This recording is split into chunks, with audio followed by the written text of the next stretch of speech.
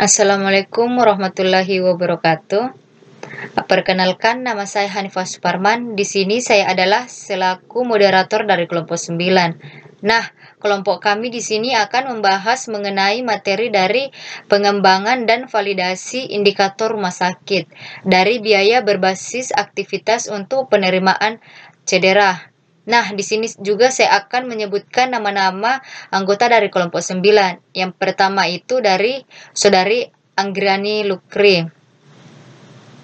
Yang kedua adalah Nurul Makfirah, yang ketiga Isfayani U, yang keempat Ranti Elva Rahmalia, yang kelima Yusriana Karutono, dan yang terakhir adalah dari Saudari Hanifah Suparman.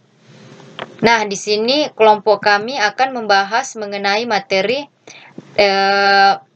ada 9 materi yang akan kami bahas. Yang pertama yaitu pendahuluan, yang kedua tinjauan penelitian, yang ketiga tinjauan pustaka, yang keempat adalah metodologi, yang kelima hasil penelitian, yang keenam diskusi atau pembahasan, yang ketujuh kesimpulan, yang kedelapan keterbatasan. Nah, untuk materi yang terakhir yaitu materi mengenai saran untuk peneliti selanjutnya atau pendapat kelompok kami atau pendapat kalian.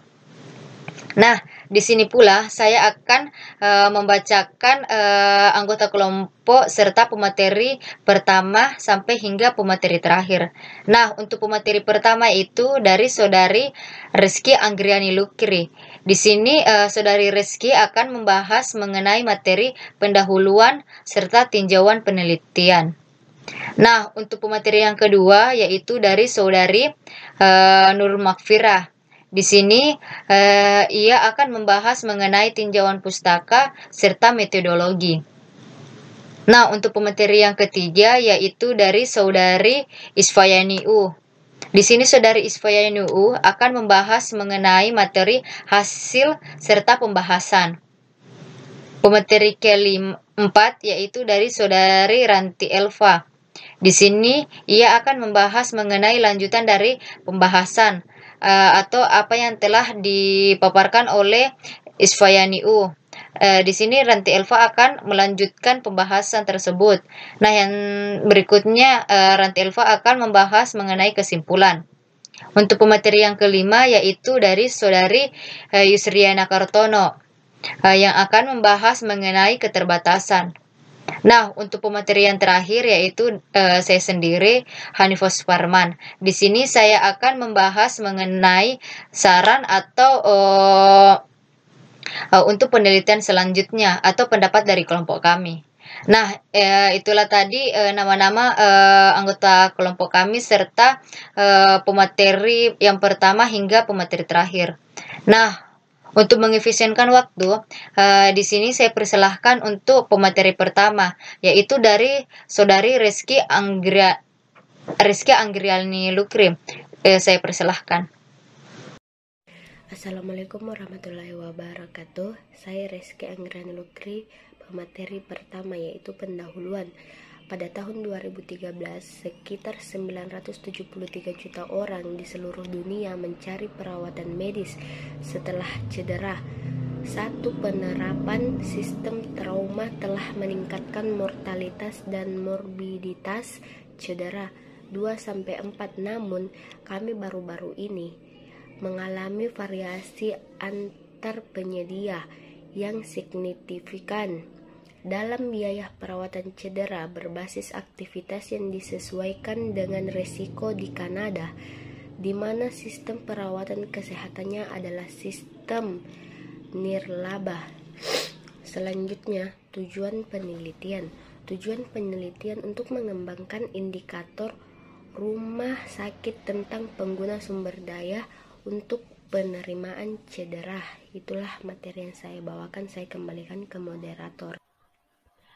Assalamualaikum warahmatullahi wabarakatuh. Saya Nur Makfira akan melanjutkan slide saya di slide kelima, yaitu tujuan penelitian. Tujuan dari tinjauan scoping ini adalah untuk memetakan penelitian tentang penggunaan media sosial oleh layanan kesehatan penyedia dan konsumen untuk berkontribusi pada desain, layanan, atau kegiatan QI. Slide selanjutnya yaitu slide 6, tinjauan pustaka, sebuah penelitian terhadap rumah sakit umum dan medis di Amerika Serikat menunjukkan lebih dari 99% memiliki akun Facebook, Foursquare, dan atau Yelp. 8 sebuah studi serupa dari rumah sakit tersier di Cina menunjukkan bahwa 76,2% rumah sakit menggunakan situs media sosial Cina, Sina Weibo atau WeChat. Tinjauan ini telah dipandu oleh keterlibatan komite penasihat pemangku kepentingan yang mencakup 3 konsumen layanan kesehatan dan 3 penyedia layanan kesehatan dalam peran klinis dan non-klinis. Arsey dan O'Malley menganjurkan penggunaan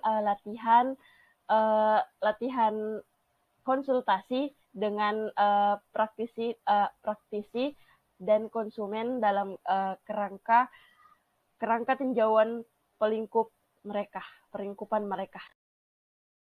Selanjutnya yaitu saya akan menjelaskan bagian pembahasan. Kami telah mengembangkan indikator penggunaan sumber daya rumah sakit untuk penerimaan cedera berdasarkan model penyesuaian risiko yang divalidasi.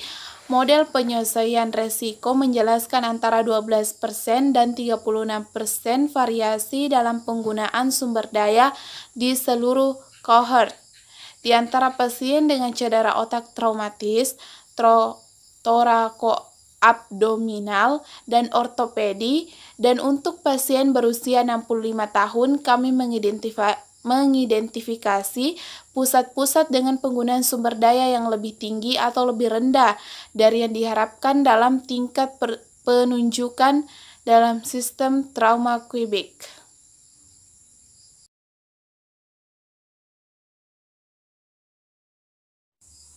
Baik, saya Spayani akan melanjutkan materi di bagian hasil penelitian, yaitu populasi studi Quebec Trauma Registry mencakup 56.568 orang dewasa yang dirawat antara tahun 2014 dan 2018.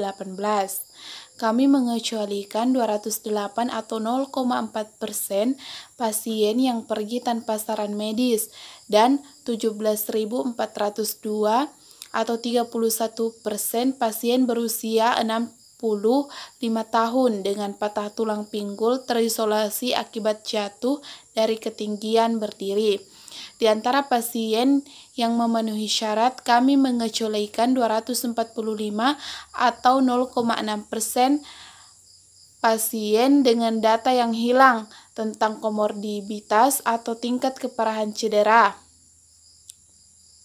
Populasi penelitian akhir terdiri dari 338.713 pasien, diantaranya 9.808 atau 25,3% memiliki cedera otak traumatis dan 9.387 atau 24,3% memiliki cedera torakoabdominal dan Saya Rantil Farahmalia sebagai pemateri keempat akan membawakan materi lanjutan dari materi pembahasan yang sebelumnya dibawakan oleh Saudari Isfa.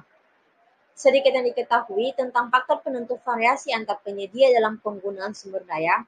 Meskipun demikian, faktor-faktor yang terkait dengan proses perawatan dan struktur rumah sakit dapat menjelaskan variasi ini. 50 sampai dengan 53 faktor-faktor ini termasuk keterlambatan pemulangan ke perawatan pasca akut. 54 sampai dengan 57 dalam sistem trauma kami, penggunaan sumber daya yang disesuaikan dengan resiko untuk pasien yang dipulangkan ke perawatan dan rehabilitasi jangka panjang adalah 80% dan 67% lebih tinggi, masing-masing dibandingkan dengan pasien yang dipulangkan ke rumah. 5 selain itu, tujuan pemulangan diidentifikasi sebagai penentu terkuat penggunaan sumber daya untuk penerimaan cedera. Materi selanjutnya yaitu mengenai kesimpulan dari jurnal. Nah, kami selaku peneliti telah mengembangkan indikator penggunaan sumber daya rumah sakit untuk penerimaan cedera berdasarkan model penyesuaian risiko yang divalidasi. Kami mengusulkan MakroSAS untuk menghasilkan indikator menggunakan data yang dikumpulkan secara rutin di pendaftaran trauma menggunakan biaya unit kami atau biaya unit lokal. Indikator tersebut dapat digunakan sebagai hambatan informasi tentang hasil klinis untuk mengidentifikasi area untuk perbaikan dan berpotensi menginformasikan desain dan implementasi intervensi berdampak tinggi untuk meningkatkan penggunaan sumber daya perawatan cedera. Baik, itulah materi yang dapat saya sampaikan. Saya persilakan kepada pemateri selanjutnya. Terima kasih. Baiklah, saya Yusrana Kartono sebagai pemateri kelima akan melanjutkan pemaparan materi mengenai keterbatasan. Keterbatasan penelitian ini memiliki keterbatasan yang harus diperhatikan dalam interpretasi hasil. Yang pertama, meskipun kami menggunakan pendekatan penetapan biaya berdasarkan aktivitas, hasil kami tidak dapat ditafsirkan sebagai biaya perawatan cedera yang sebenarnya. Kami berfokus pada biaya berbasis aktivitas dengan pedoman kelompok penilaian, pengembangan, dan evaluasi penilaian rekomendasi untuk mencerminkan pola praktik penggunaan pusat aktivitas rumah sakit tertentu dan untuk mengembangkan indikator yang dapat direproduksi. Selain itu, berfokus pada penggunaan sumber daya daripada nilai moneter memungkinkan untuk menyoroti pusat kegiatan yang relevan dengan pengambilan keputusan dan pemangku kepentingan.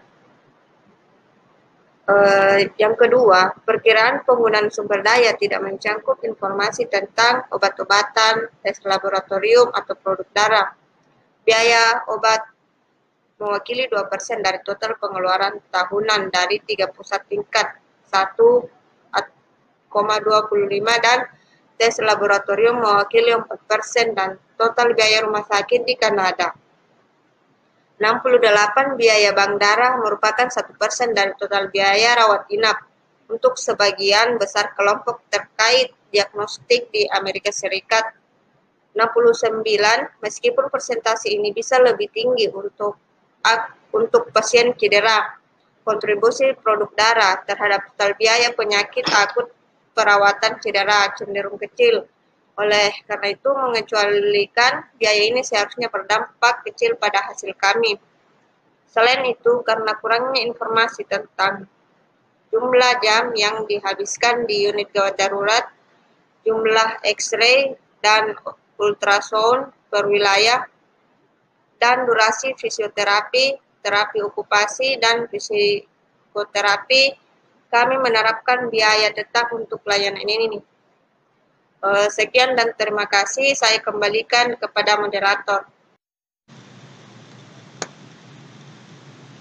Perkenalkan, nama saya Hanifah Suparman. Di sini saya adalah selaku pemateri terakhir, yang dimana saya akan membahas mengenai saran.